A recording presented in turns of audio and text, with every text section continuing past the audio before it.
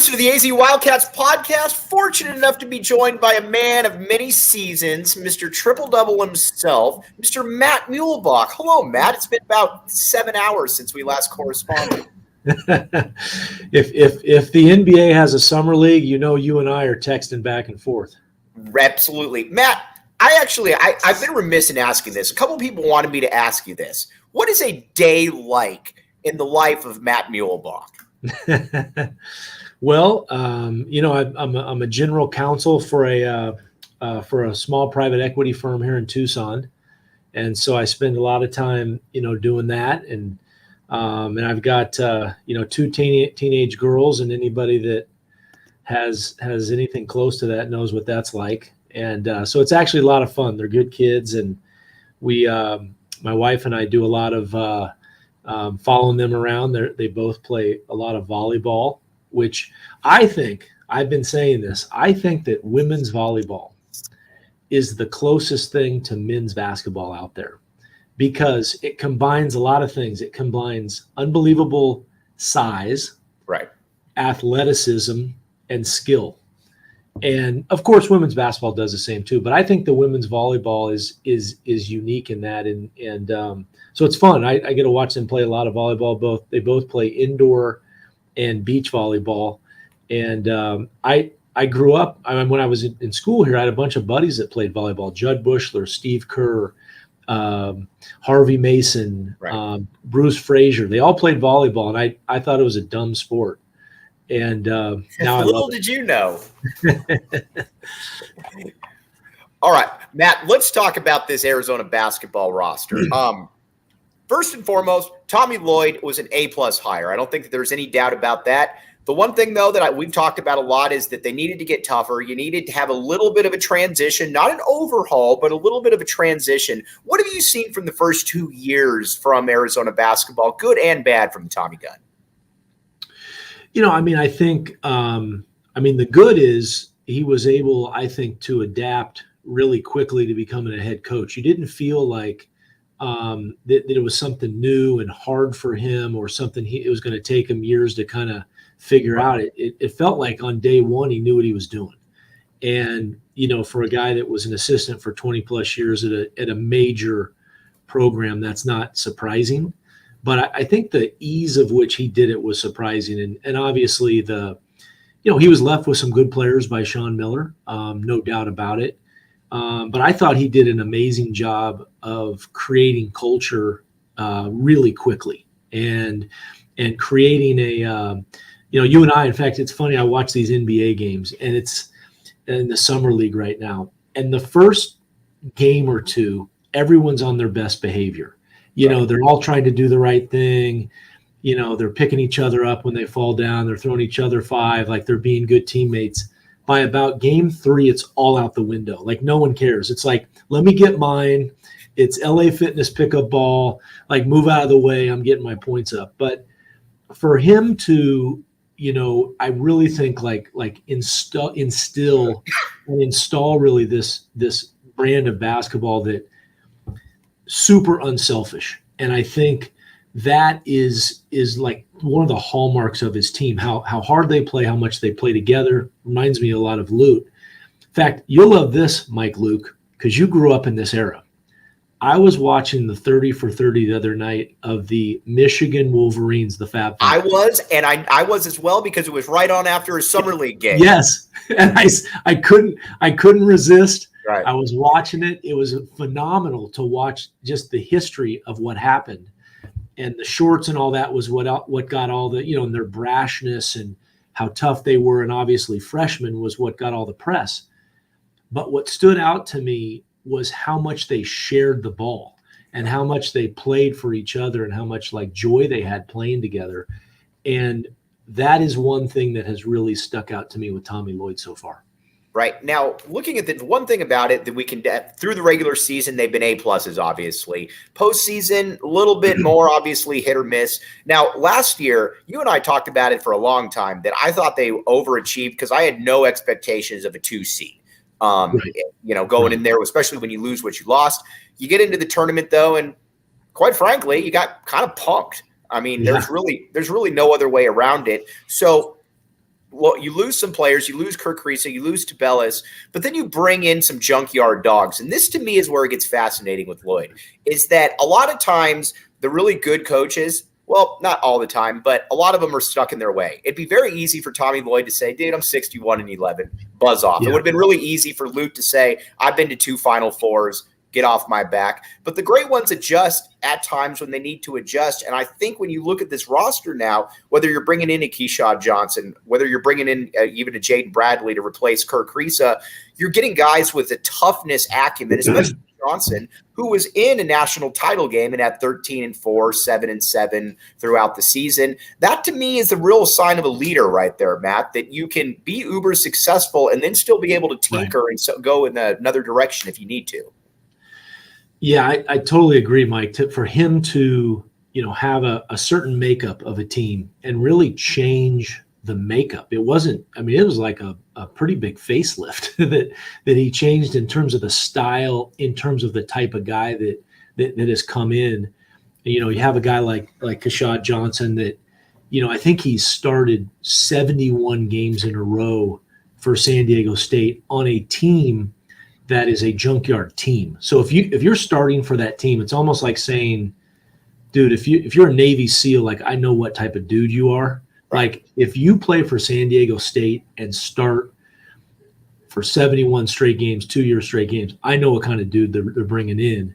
And like you said, they've gotten really athletic, and they've really mixed that in with some youth. They have some great youth. By the way, I thought of this, Mike Luke, and that is you were on the Four Peaks last year, and this team all of a sudden has 4 7-footers again. Mm-hmm. 4 7-footers, exactly. The Four Peaks movement will not be stopped, Matt Muehlebach.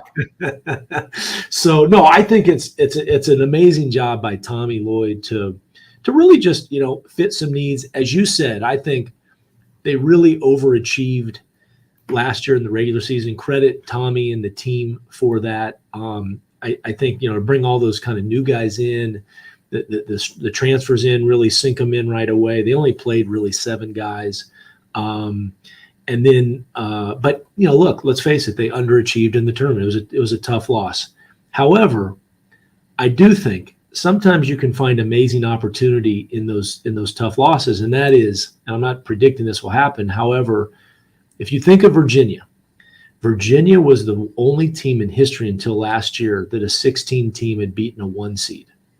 And the following year, Virginia actually won the national championship after losing to that 16 seed. I've got a feeling, even though the new guys on the team weren't part of that, and obviously the guys that come back will be Pella Larson, Umar Ballo, Boswell, I think this team is one that has a huge chip on its shoulder. It just feels like there's a big chip with the guys returning, guys that are going to get a chance to play. Henry Vasar, Dylan Anderson.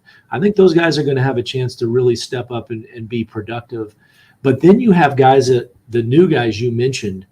I think, hey, Keyshawn Johnson's going to have a chip. He wants to win the title. He's in the championship. Caleb Love has a huge chip after kind of a year that was expected. I think the expectations for him were crazy.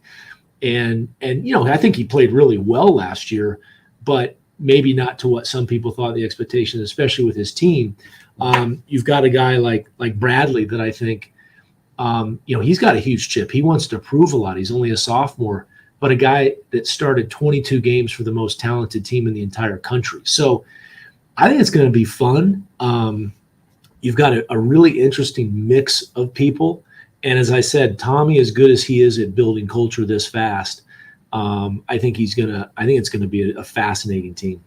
All right, now let's talk about a little bit about Caleb Love right there. Caleb Love is a lightning rod with a lot of Arizona fans. I don't understand why, but here's the deal. He wasn't efficient last year. There's no doubt about it. You can't be shooting 35% from the field. It just kind of is. It just kind of is what it is. But where I'm the reason that I'm excited about him, and I think he has the potential to be a 16, 17 point per game guy around 45%, is that Tommy Lloyd is an offensive master. This is no diss to Hubert Davis, but when you watch North Carolina last year, and Doug Gottlieb brought this up on the show, look at me with a little bit of a flex. But Doug Gottlieb said essentially it was a high pick and roll, or you're going to stand out there and dribble 9 times and try to get yours. There's not going to be that here with Tommy Lloyd. You're going to get your 3 or 4 dribbles, but you're not going to be able to get where the defense just is basically keying on you. That's not going to be the case here under Tommy Lloyd, and I think that's where it's going to be really different, and I think it's an opportunity that Caleb Love can absolutely embrace, to be honest with you. Yeah, and you know what's interesting is his 3-point shooting went way down last year. He was under 30%, 29.9 from 3. What's interesting is his 2-point percentage went up.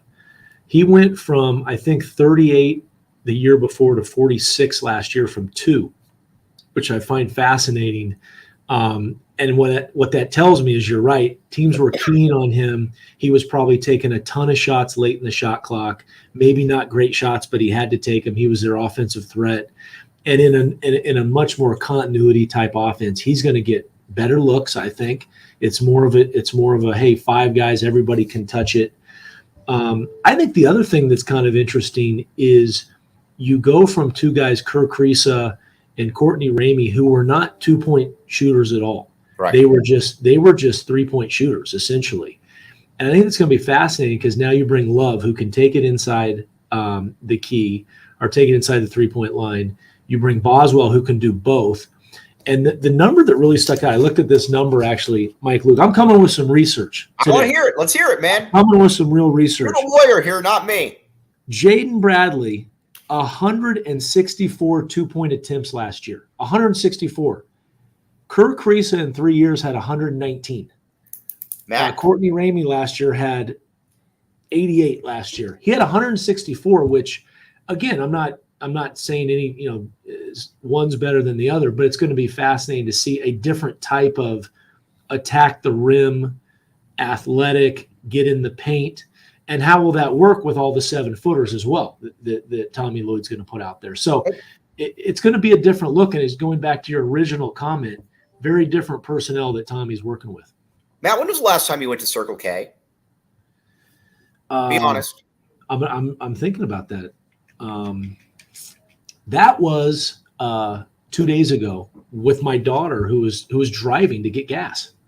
Here's the deal. If you want to see the great Matt Muehlebach, or you can find anybody else there at Circle K as well, make sure you're not missing out on all the great stuff. Right now, text PHNX to 31310 to join their subscriber club and get a buy one, get one free Polar Pop, 32 ounce. Matt, you should have gotten a Polar Pop. I get donuts there.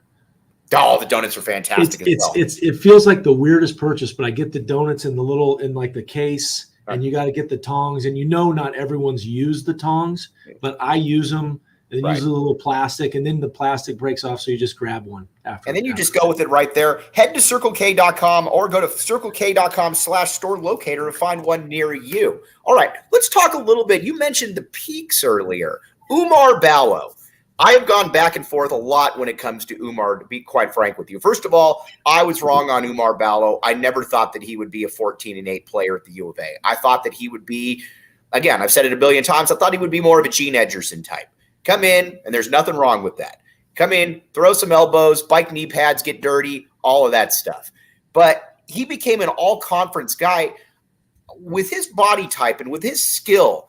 Is there a next move that he can make? Can he become 17-9, or are we kind of like at a 14-8? And damn it, we're happy to have the 14-8.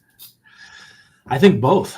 I mean, I'd be, as an Arizona fan, I'd be really happy to see 14-8. I think he got some looks because of how good Tubelis was last year. Yeah. So he got some of that, as the off guy kind of, if you will. But remember how good he looked in Maui. Right. And he was, you make an argument the first month he was better than Tubelis. So I could still see the numbers going up. And back to Tommy Lloyd. Tommy Lloyd has talked about how much he loves working with big men. Right. And how much you get you see your work right away. Actually, you can see the production, and I think it can go up because I think he's got some tricks under his sleeve this off season with Ballo. I think he's going to keep working with him. But I'll tell you the two guys, and I'm gonna extend the conversation to two of the potential 4 peaks. What do you got? And that is Dylan Anderson and Henry Vasar. I'm really interested to see those guys. A year under their belt, understanding the system. We know 7-footers, come along a little slower than guards do. Not shocking at all. I played with a guy, Sean Rooks, that redshirted his first year. And he was, NBA player for 13 years. So those two guys, I'm really interested in Anderson and Vasar, what they look like. I think they could be really dynamic this year. You're a Dylan Anderson fan, are you not? I am a fan of his. Yeah, he can go inside, he can go outside. He's got some athleticism. I think for him, I don't know his full background. I think it's hard for 7-footers to play people in high school that are as good as them. Who do you play against? And so, you hear the terrible news about Dylan Anderson? I did not. His bike was stolen. Oh man, that is bad. I'm laughing because on a manhunt to find Dylan Anderson's bike, Matt Muehlebach, and if he needs representation, maybe. I don't know. I don't deal with that. However, if he has an NBA contract, maybe. You've done that before for sure. That's right. Oh, we're gonna get back to the team in a second. I don't want to forget this though. What is your favorite McHale memory? That's another question that I've had a few people ask me. Probably not Derek Martin. No, I was there for that in the stands. Yeah. I was sitting with our old friend George Khalil, right behind the bench. I think, I'll give a little bit of a PC answer. Like it's hard to have one. Right. For me, I remember the first time I ever stepped on McHale in the Red Blue game, and it being sold out in 1987. And the crowd responding to Kerr coming back from the knee injury. I definitely remember the Duke game that went double overtime that our good friend Anthony Gimino, I think, says was his favorite U of A game of all time. Right. That was a big one. I mean, for me, I think I'll tell you one of the best memories I ever have of McHale is playing Gary Payton there my senior year. It was the last game of the season before the tournament. I lost a lot of respect for Gary Payton in this game, Matt Muehlebach. I know, and he was talking so much smack. It was hilarious. He was talking smack to our managers. It was one of the funniest things I've ever seen. So that was a big one. I think my last home game against Oregon meant a lot to play those guys and win that. And I don't know. I mean, McHale, man, it's just magic. I love being back there even now. Right. All right. Let's get back to this team. I think this year's team is going to be better than last year's team. Again, I thought last year's team was, and again, they were good, but I thought there was a lot of smoke and mirrors in play, in that you didn't really have and again, Tabellis was an all-conference dude. Don't get me wrong, an All-American, but that was not your traditional All-American that just get the ball to and get out of the way. He wasn't your Derek Williams type All-American, even though they put up similar stats.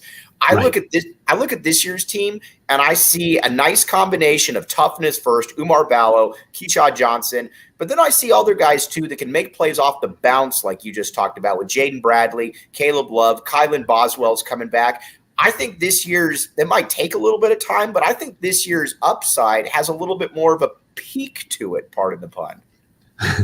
I agree, and it's partly because one of the reasons people say, I don't think a lot of people know the reason that guard play is so important. They'll say it, guard play is important in the NCAA tournament. I think the reason it is because when you get in pressure situations, it's hard to just run plays and continuity offense.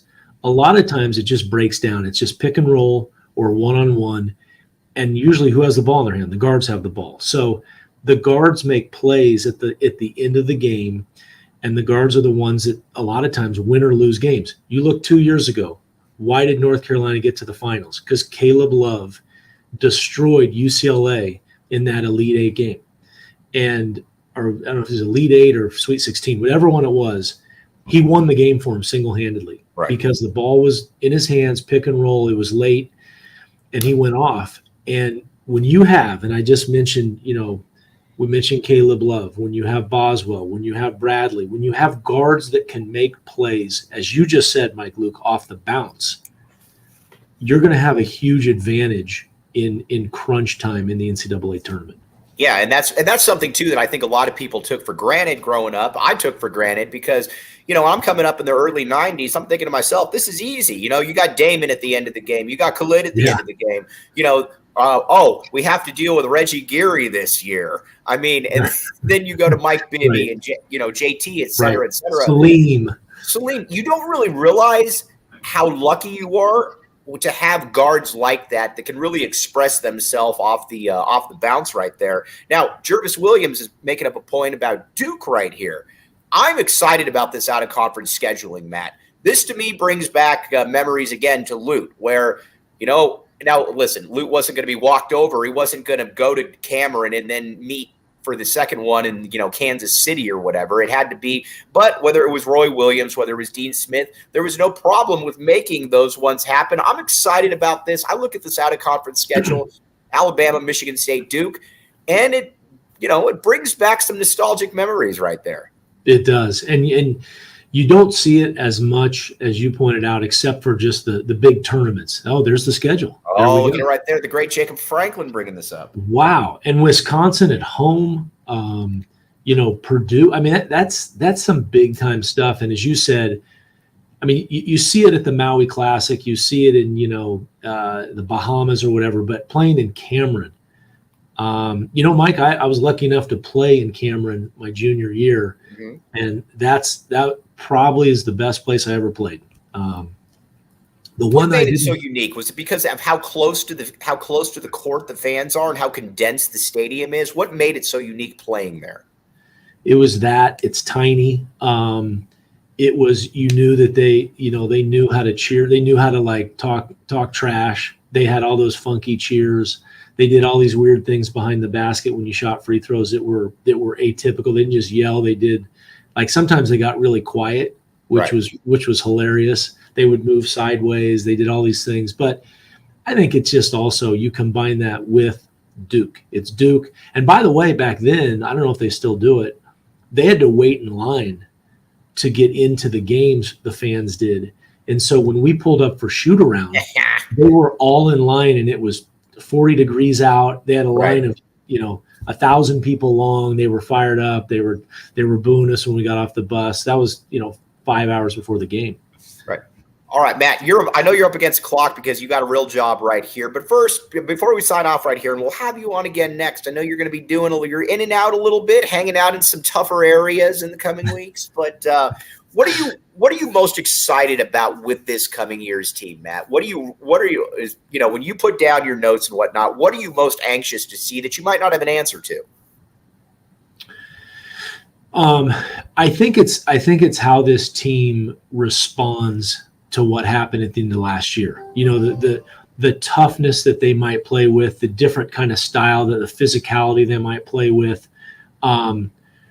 What I don't know is how all those guards fit together. And we didn't talk, Mike Luke, about Pelle Larsson, who I think is a tremendous player and has a tremendous opportunity this year. But how is Tommy Lloyd gonna work all those guys and mention all those guards together? I think the big guys are going to be all good and fine. They're going to play hard. They're going to do their thing. But the guards are so talented. How do they share it? How do they mix and match? Who plays with who? What combo works the best? That, to me, is the biggest question for this team. Is it easier? Sorry, I'm going to steal one more question from you. Is it easier watching your guy, Steve Kerr? He's, in my opinion, those Warriors teams, especially the one with KD, were the best teams in NBA history. And quite frankly, I don't even think it's close. But there was always 2 to 3 dribbles. There wasn't KD just standing there. Is it easier for a guard, especially a high caliber guard, to play in an offense like that? Or do you want to kind of be the Damon where, you know what, I'm going to stand out here at the Cactus and I'm going to get you off balance. And then what's easier from a guard's perspective? Or is there an answer? I think the former. And as you know, I was never Damon anyway. I couldn't do that. But you were 12-5-4, my friend, though. Come on. But no, it's easier to play off of each other. I'll say this fact that some people probably would be surprised to hear. When I first came to Arizona, you know who one of the greatest pickup players was of all time was Steve Kerr. He was incredible because the way in a pickup game, normally it's one-on-one, right? Right. But if you play with people that know how to play and they'll pass you the ball and they'll move without the ball, it becomes contagious. It's fun. You start working off of each other. And I saw him play years later in Corey Williams' league here in Tucson. Mm-hmm. And he didn't Were you know still living with Steve at the time? And what's that? Were you still living with Steve at the time? No, I think this was after. And he was finishing his career. Yeah. And he played in one of those games with Corey, one of the teams in Tucson. Yeah. And I think they were blown away by, of course he was a great shooter and a great player, but how much he moved without the ball, how much he passed the ball ahead, how much it was such a pleasing way of playing. It's how the Warriors play now with, frankly, the best shooters in the history of the world. Right. So playing like that, if those guys play like Tommy does with them in terms of unselfishness, it's going to be fun to watch. All right, Matt, as always, really appreciate you. I'll be messaging you, I'm sure, this evening. Get to work. Is Wimby playing? Is What's Wimby that? playing tonight? Wimby. Is our man Wimby playing? No, he's out for the rest of the summer league right there. I hate to break the news to He's not you, even but playing again? They're not playing him again. Nope, they only wanted to play him 2 games. But, Matt, I'm telling you, that's a top 25 player lock if he doesn't get hurt.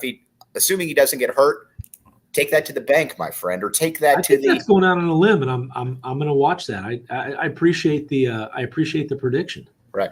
He's the great Matt Muehlebach, a man of many seasons, and again, first triple-double in school history. Matt, we'll talk to you soon, my guy.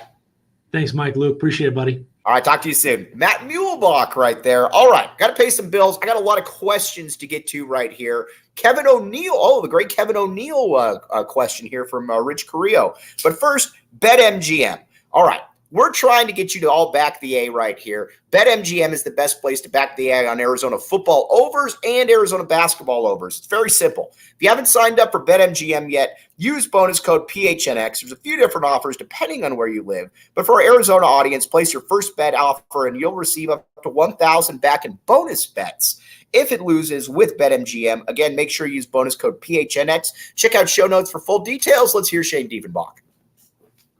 Disclaimer, 21 plus to wager. Visit BetMGM.com for terms and conditions. U.S. promotional offers not available in Washington, D.C., Mississippi, Nevada, New York, and Ontario. Gambling problem? Call 1-800-GAMBLER. Colorado, D.C., Illinois, Indiana, Louisiana, Maryland, Mississippi, New Jersey, Ohio, Pennsylvania, Tennessee, Virginia, West Virginia, Wyoming. Call 877-8-HOPE-NY or text HOPE-NY 467-369, New York. Call 1-800-NEXT-STEP, Arizona. 1-800-522-4700, Kansas, Nevada. 1-800-327-5050, Massachusetts. 1-800-BETS-OFF, Iowa. 1-800-270-7117 for confidential help, Michigan. All right, let's get some of these questions right here and some of these comments. They're all great comments right here. Let's see here. All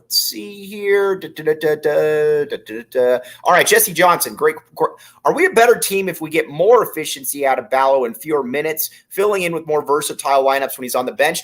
Honestly, that's a really, really good question. I don't know that. I don't have the answer to that because I don't quite know exactly still what Oumar Ballo is, and that's why I wanted to ask Matt about that.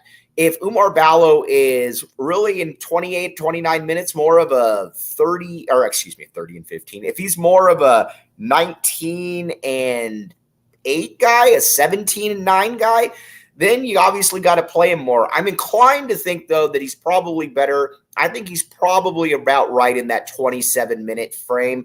I don't think that he has the body type to really be able to make that next move, but again, I've been wrong on Oumar Ballo before, so I'm not going to sit here and say that as well. All right, now, let's see here. Jervis Williams, Pella is the next Braun. I said what I said. Jervis, I hope you are right. My only beef with that is, well, there's 2 beefs with it, is that Pella really can't dribble the ball.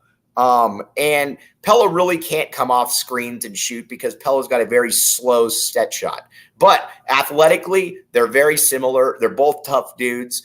I could see Pella averaging 12 or 13 per this season. I don't dismiss it, but I don't know that he has all the kind of skill set right there that Christian Brown does. But again, we will find that one out. Now, Jacob Franklin, if you could pull up the roster for next season, I wanted to talk about a few of these players that Matt brought up and reiterate some of these. All right, I thought he made a great point about Jaden Bradley, and I'm going to steal this point and run with it. In that you look 164 attempts at the rim or in the paint. That's something that Arizona just didn't have last year. I mean, there's no way around it. Arizona didn't have that. And not only did they not have that, they didn't really have anybody that was trying to do that. That to me is a big difference right there in this Arizona Wildcat team and what they have. Now, I know that Rich Carrillo is not a fan of the international player. I'm going to say is this, Rich. I used to totally agree with you. But after a while, though, there are so many awesome ones in the NBA that I think you almost have to look at it on a case-by-case basis. I mean, the best player in the world is an international, Nikola Jokic. You look at Luka Doncic, one of the top 5 players. Giannis, obviously, he's a different kind of international. But, you know, there's a lot of awesome international players now. Now, so far, Arizona's not batting a great percentage on them, but at least, you know, under the Tommy gun era, but at the same time, there's only been a few. Krivas, Paulie M, I think are both going to be fantastic, case studies there on what Arizona is going to be able to do. Then Kylan Boswell, you're giving Kylan Boswell the keys to this right here. He's, I know he didn't play well in the FIBA U19s. I don't really care a ton about that because those are also more, I think, for individually talented players. I'm not saying he's not talented, but Tommy Lloyd is going to put Kylan Boswell in position to be able to make plays. And there's not going to be a time out there where Kylan Boswell is going to be standing around and Tommy Lloyd's just saying, hey, figure something out.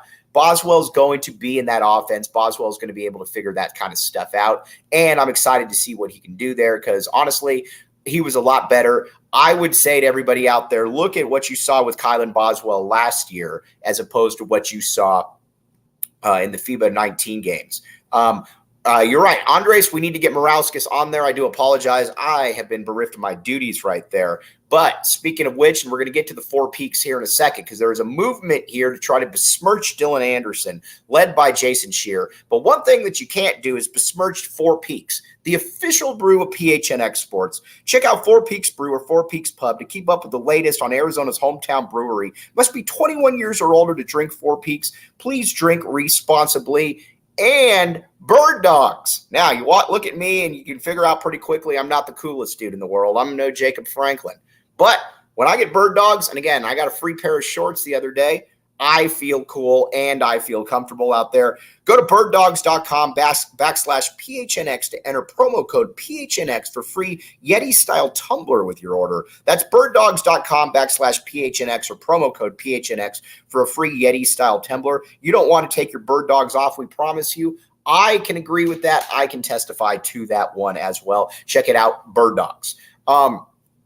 Now, up front, though, the 4 Peaks. And we got to talk a little bit about Krivas.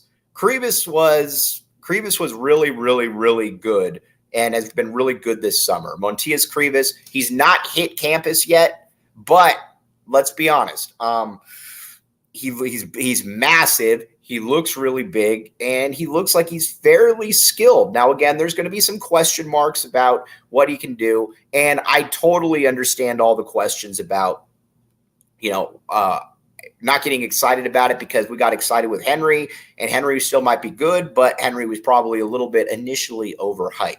But Krivas right now, you got to be pretty excited by what he's able to do right there because he's huge. It's going to be a big offseason, though, for my guy Dylan Anderson. We're working on getting Frank Caliendo on. Nobody backs Dylan Anderson more than Frank Caliendo. We're working on getting him on the show. But between Henry Vasar, between Dylan Anderson, between Krivas, between Keyshawn Johnson, Umar Ballo, leader of men, there's a lot of options right there. There wasn't a lot of those options this past year.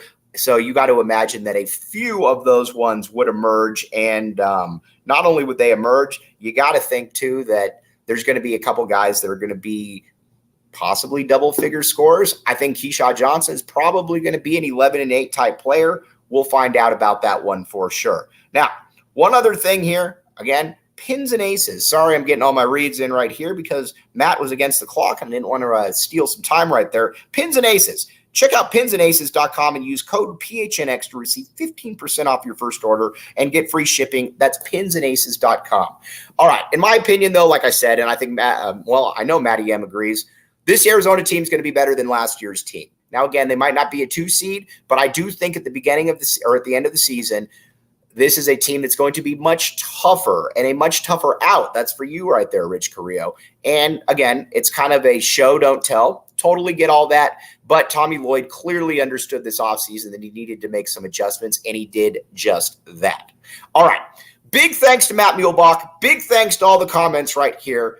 Tomorrow, we got Jason Shear popping back in here. And then after that, we got lead 24/7 recruiting analyst Travis Branham coming in here, talk a little Carter Bryant, talk a little Jamari Phillips. You name it, we got it. Again, shoot me a text if you'd like a certain question answered. Probably be able to get that done. But again, appreciate all of you. Be back with you tomorrow, same time. You have been listening to the AZ Wildcats podcast.